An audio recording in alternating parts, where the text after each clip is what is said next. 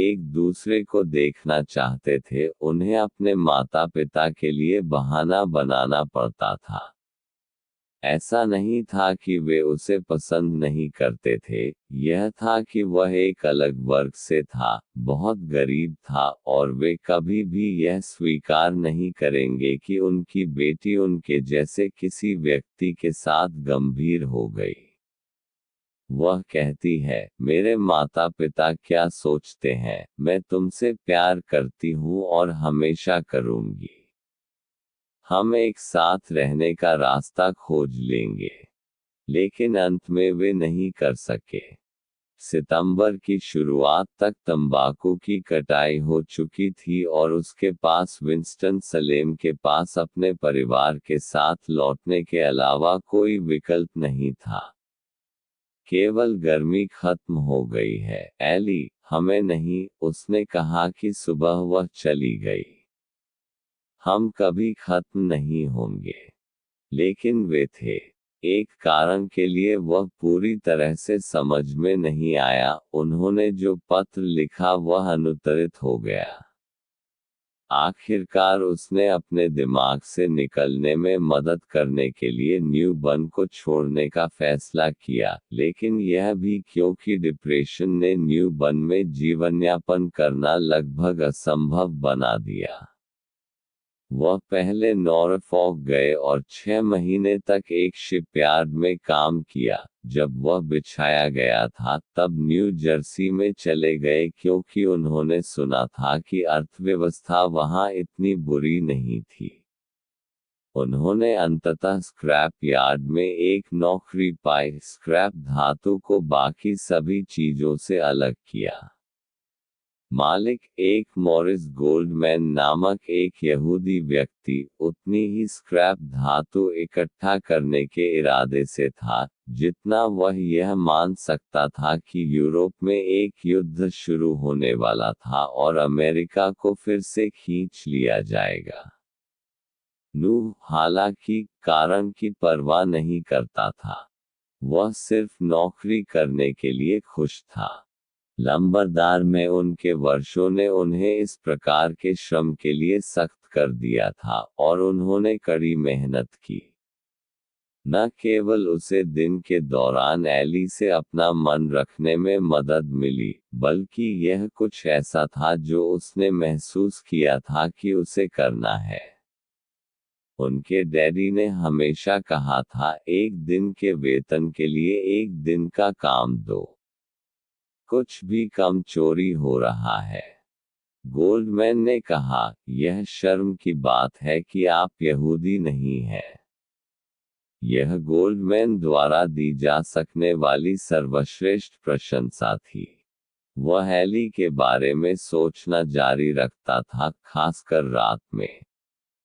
उसने महीने में एक बार उसे लिखा लेकिन कभी कोई जवाब नहीं मिला।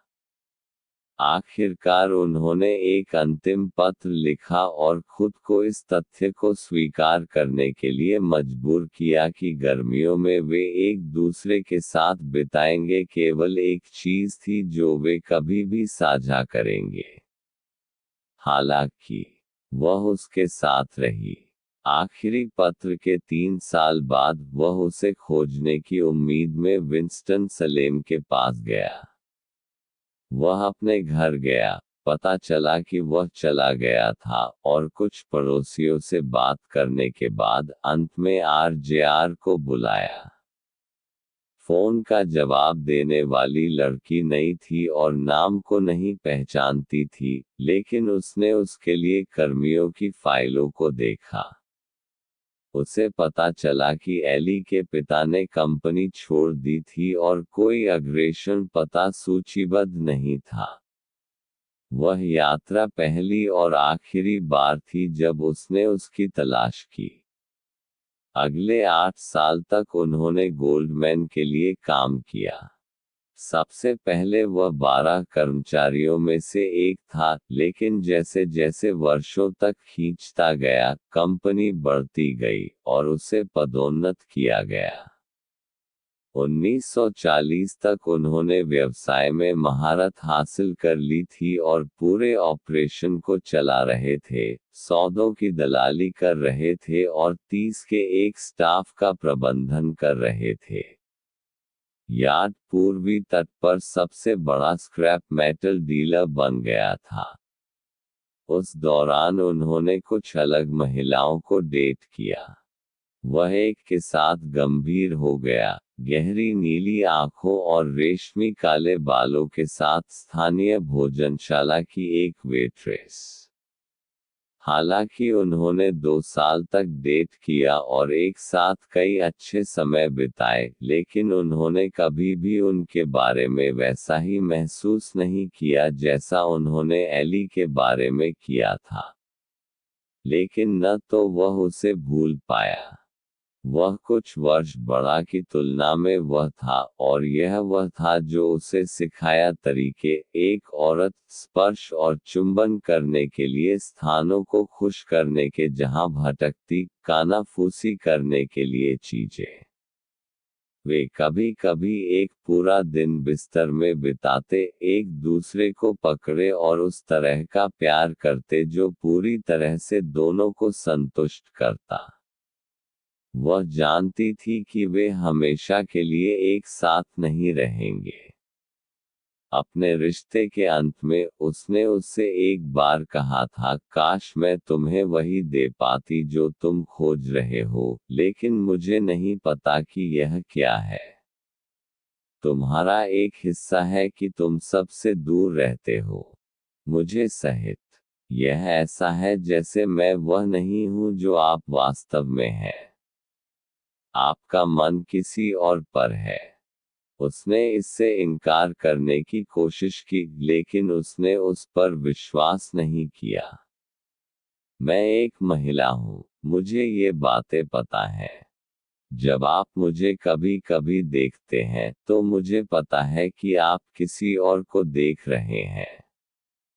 यह ऐसा है जैसे आप उसे इस सब से दूर ले जाने के लिए पतली हवा से बाहर निकलने का इंतजार करते रहते हैं।